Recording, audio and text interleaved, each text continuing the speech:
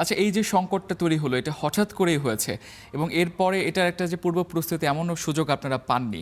তো সংগঠন থেকে এবং আপনারা যারা পেট্রোল পাম্প মালিক রয়েছেন এই পরিস্থিতি সামাল দিচ্ছেন কিভাবে?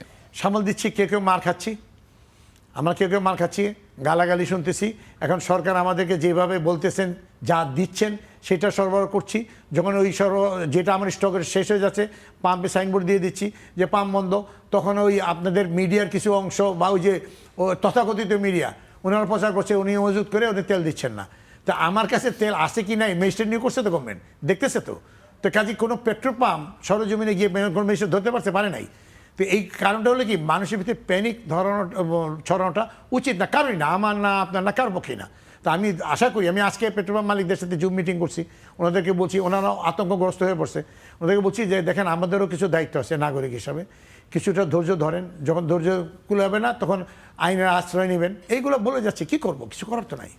আরেকটা প্রশ্ন করতে চাই, সেটা হচ্ছে সরকারের পক্ষ থেকে বলা হয়েছে যে ট্যাগ অফিসার নিয়োগ করা হবে প্রত্যেকটি পাম্পে। এটা বিষয়টাকে কিভাবে দেখছেন? আমি ভালোভাবে দেখছি, ওনারা যাচ্ছেন আমার পাম্পে, গতকালকে গেছেন, আজকেও সকালে গেছেন, দেখতেছেন পাম্পের অবস্থা কি, আমাদের মাঝে কেউ অনৈতিক কোনো কাজকর্ম করছেন কিনা, করলে সে আমি তো অনুরোধ করেছি যে মিডিয়া দিয়ে দেন, চেহারা পাম্প সব মিডিয়া দিয়ে দেন যে এর পাম্পে এইটা ধরছে। তো এখন মতো তো দিতে পারেননি, এর মানে আমরা করছি না এরকম কিছু।